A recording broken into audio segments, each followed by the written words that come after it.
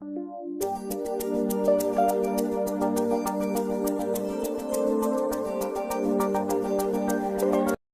video is sponsored by SPO School of Business Organization online part-time platform. If you interested, send your qualification and name in this number.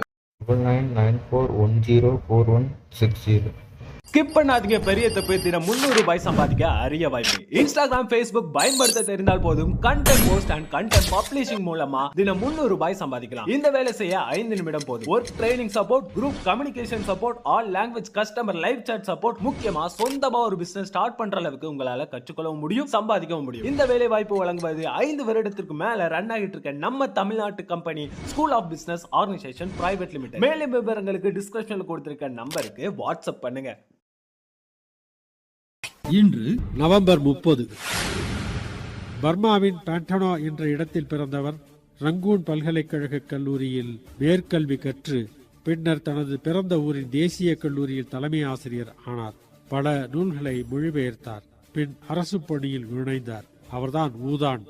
பல நற்பணிகள் ஆற்றிய ஊதான் 1962 ஆண்டு November 30 ஐக்கிய நாடுகள் அவையின் 3வது பொதுச் செயலாளராக தெரிவு செய்யப்பட்டார். ஈராக் குவைத் நாட்டை ஆக்கிரமித்து தன்னுடன் இணைத்துக் கொண்டதை தொடர்ந்து ஈராக்கிய படைகளை குவைத்திலிருந்து வெளியேற்றும் நோக்கில் ஈராக், குவைத் மற்றும் சவுதி அரேபியாவின் சில பகுதிகளிலும் போர் நடந்தது. இந்த போர் முதலாம் வளைகுடா போர் என்ற பாரசீக வளைகுடா போர் என்ற பாலைவன புயல் படை நடவடிக்கை என்று அழைக்கப்படுகிறது. இந்த வளைகுடா போர் 1995 ஆண்டு நவம்பர் 30 முடிவுக்கு வந்தது. போஸ் என்கிற பெயரால் நன்கு அறிமுகமானவர். இன்றைய வங்காள தேசம் டாக்கா நகருக்கு அருகில் பரித்பூர் மாவட்டம் மைமின்சிங் என்ற ஊரில் பிறந்தவர். உள்ளூரில் தொடக்க கல்வி, உயர்நிலைக் கல்வி, கொல்கத்தா, கேம்பிரிட்ஜ், லண்டன் ஆகிய இடங்களில் கல்வியை முடித்தவர். கொல்கத்தா மாநில கல்லூரியில் இயற்பியல் துறை இணை பேராசிரியராக சேர்ந்து பல கண்டுபிடிப்புகளை அங்கேயே மேற்கொண்டவர்.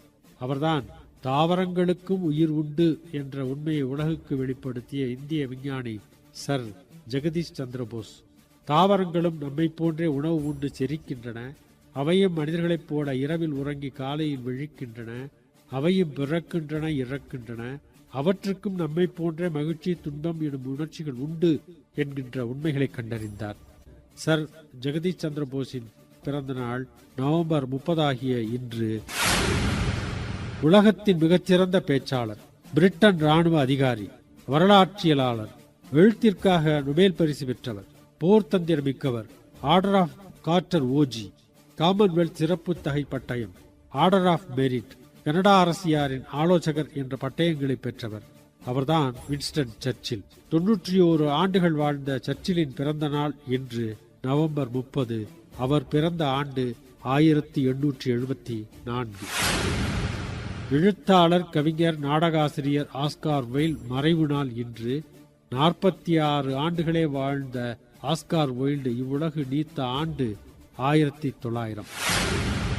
இந்திய நாட்டின் சுதந்திர போராட்ட வீரர், இந்திரா காந்தி அமைச்சரவையில் தகவல் ஒலிபரப்புத்துறை அமைச்சராக சில காலம் இருந்தவர். அவர்தான் ஐக்கிய குஜரால் என்கிற இந்திரகுமார் குஜரால். 1919 ஆண்டு டிசம்பர் 4 பிறந்த ஐக்கிய குஜரால் 2012 ஆண்டு நவம்பர் 30 இவ்வுலகில் நீத்தார். செயின்ட் ஆண்ட்ரூ என்கின்ற புனித ஆந்திரேயா இயேசுபிரானின் 12 திருத்தூதர்களில் ஒருவர். புனித பேதுருவின் சகோதரர். இயேசுவின் அழைப்பிற்கு இணங்கி ஓர் இரவும் பகலும் அவரோடு தங்கினார். இவரும் எக்ஸ் வடிவ சிலுவையில் அறையப்பட்டு கொல்லப்பட்டார். அவருடைய தினமாக இன்றைய நாள் கொண்டாடப்படுகிறது. சிறு வயதில் கலைவாணி என்ற அறிமுகத்தோடு இசை உலகில் இணைந்தவர் இன்று பிறந்த நாள் காணும் வாணி ஜெயராம். தமிழ், தெலுங்கு, மலையாளம், கன்னடம் உள்பட பல இந்திய மொழிகளில் பாடல்களை பாடியுள்ளவர் இவர். உலக நாடுகள் பலவற்றிலும் இசை நிகழ்ச்சிகளை நடத்தியுள்ள வாணி ஜெயராம் பஜன் பாடுவதிலும், கசல், நாட்டுப்புற பாடல்கள், கர்நாடக இசையிலும் வல்லவர். 3 தடவைக்கும் மேல் தேசிய விருது பெற்றுள்ள வாணி ஜெயராம் பிறந்த ஆண்டு 1945. போர்கள் பல உயிர்களை பழிவாங்கியுள்ளன.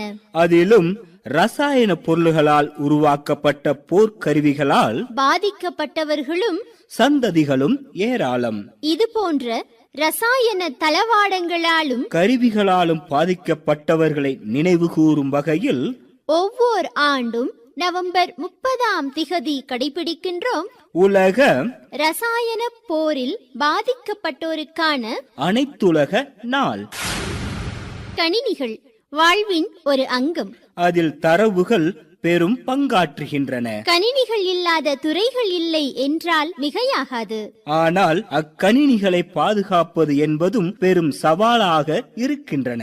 கணினிகளை பாதுகாப்பாக பயன்படுத்துவது பற்றியும் அக்கணினிகளை பாதுகாப்பாக வைத்திருக்க வேண்டும் என்ற விழிப்புணர்வை ஏற்படுத்தும் விதமாக நவம்பர் 30ஆம் திகதி கடைபிடிக்கின்றோம் உலக கணினி பாதுகாப்பு நாள்.